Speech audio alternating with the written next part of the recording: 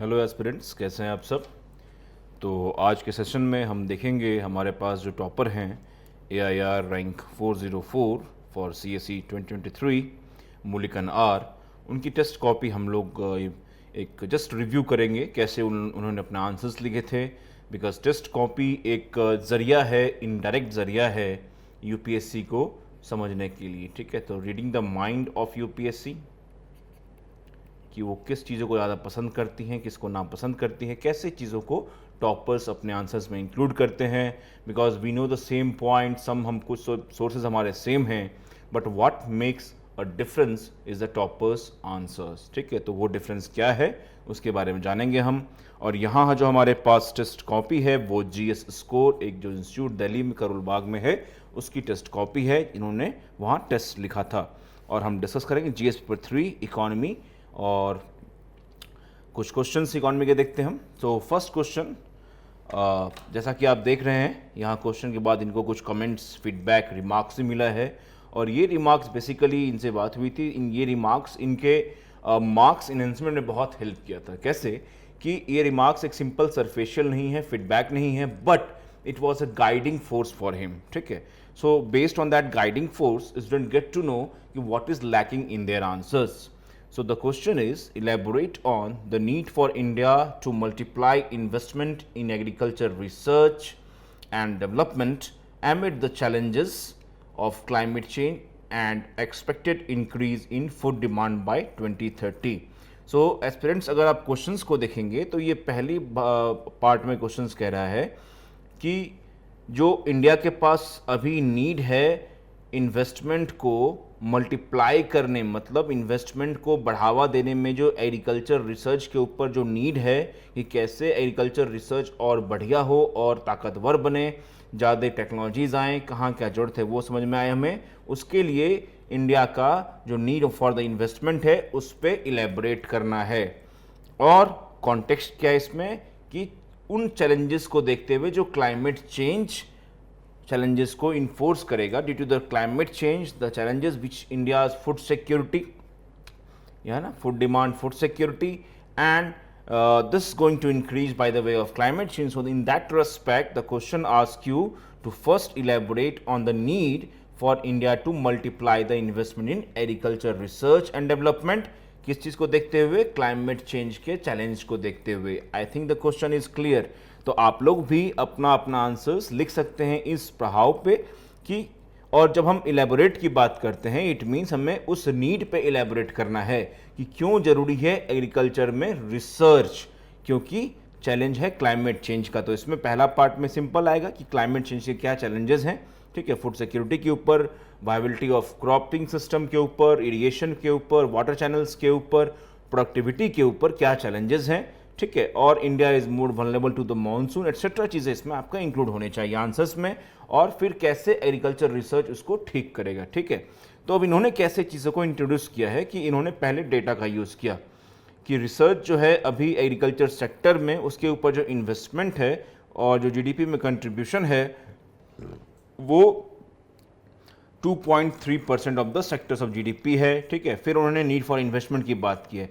एक चीज़ इन्होंने यहाँ पे थोड़ा सा मिस कर गया है, वो क्या है कि क्यों ये जो जीडीपी वाला एरिया इन्होंने यहाँ कोट किया है, अच्छा होता कि ये शो करते कि कैसे जीडीपी में जो कंट्रीब्यूशन है एग्रीकल्चर सेक्टर का वो कितना इंपॉर्टेंट है, बिकॉज वो एम्प्लॉयमेंट भी दे रहा है आपको और आपका जीडीपी में कंट्रीब्यूट भी कर रहा है। However, getting on to the point, क्योंकि एक बेसिक टू बेसिक पॉइंट की बात इन्होंने की है। अब 10 मार्क्स का ही क्वेश्चन है तो इसमें कितना ही इलेबोरेट करे, बट उतना सफिशिएंट क्वालिटी होना चाहिए आंसर्स के अंदर जो एक कंटेंट को क्वांटिफाई करे, क्वालिटी हो कंटेंट का तो वो चल जाता है काम। इन्होंने यहाँ पे इसको सब हेडिंग्स के बदौलत सब पॉइंट्स में डिवाइड किया है। तो इन्होंने नीड फॉर इन्वेस्टमेंट में क्या है, फूड सिक्योरिटी बहुत जरूरी है। तो उसके बाद इन्होंने न्यूट्रिशनल आउटकम्स की बात करते हुए रूरल डिस्ट्रेस को हाईलाइट किया है और the impact of climate change को यहाँ इन्होंने दिखाने की कोशिश की है, कैसे इंटेंस ड्रॉट, मतलब काफ़ी हद तक सूखा, फिर बाढ़ और कोल्ड वेव, ये चीज़ें बहुत इफेक्ट करती हैं।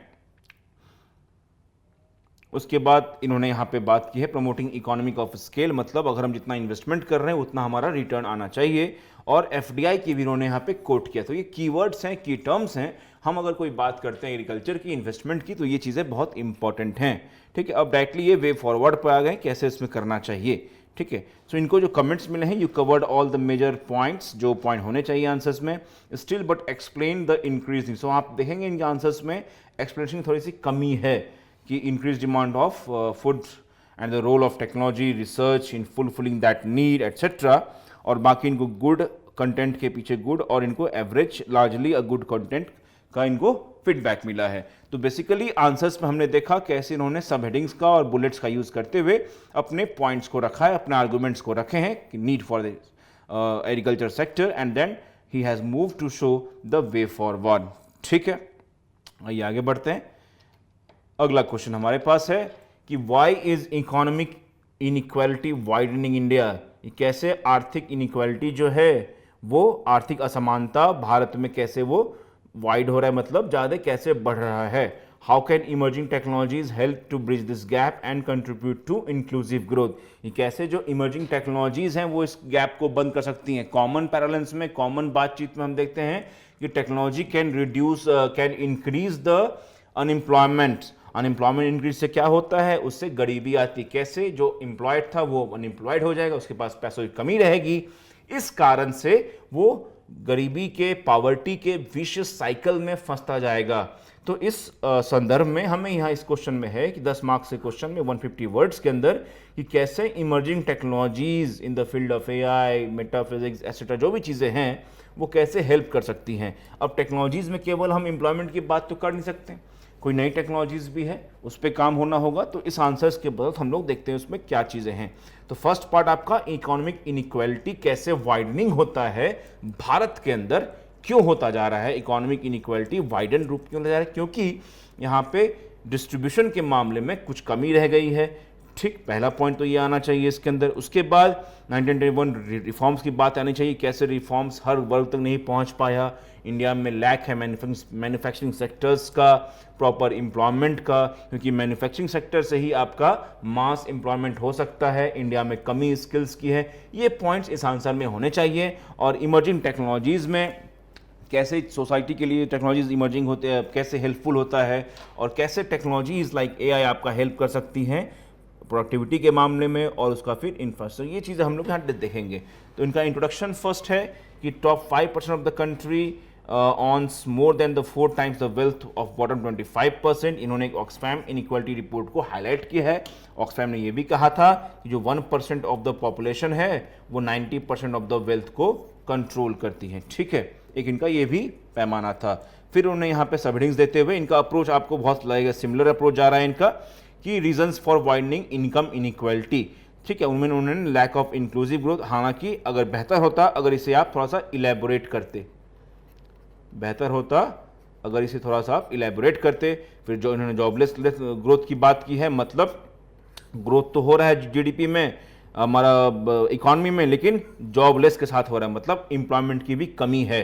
फिर रीजनल डिस्पैरिटीज, फिर service sector driven growth ignoring the manufacturing sector, जो हमने बात की थी आपसे कि कैसे मैन्युफैक्चरिंग को इग्नोर करते हुए सर्विस सेक्टर ड्रिवन ग्रोथ और उससे एम्प्लॉयमेंट की कमी होती है। फिर ट्रिकल डाउन अप्रोच की इन्होंने क्रिटिसाइज करते हुए आगे बढ़े यहाँ पे ये। फिर इमर्जिंग टेक्नोलॉजीज की इन्होंने बात की है, तो वर्क फ्रॉम होम, आईसीटी, महिलाओं का योगदान की बात की है इन्होंने, एआई, मशीन लर्निंग की बात की है, और ड्रोन्स, जैसे एग्रीकल्चर सेक्टर में यूज़ ऑफ ड्रोन हो सकता है, मेडिकल ट्रीटमेंट हो सकता है, और री स्किलिंग की इनको एक कमेंट मिला यहाँ पे। सो कमेंट्स इनका आप पढ़ लेंगे पॉज करके, और बेसिकली ओवरऑल इन्होंने एक गुड सा रखा है अपना अप्रोच, और मेजर बातें ये कह चुके हैं, तो इनको 5 मार्क्स दिए गए। इस तरह से हम देखते हैं कि टॉपर्स कॉपी के अंदर इनका जो मेनली हमारे लिए लर्निंग अप्रोच है वो ये है कि आप सब हेडिंग्स का भी यूज़ कर सकते हैं चीज़ों को थोड़ा सा प्रॉपर सिंपल रखने के लिए, उसको एक्सप्लेन करने के लिए। ठीक है, इन्हीं शब्दों के साथ लेता हूँ विदा, फिर मिलेंगे। सी यू, टेक केयर।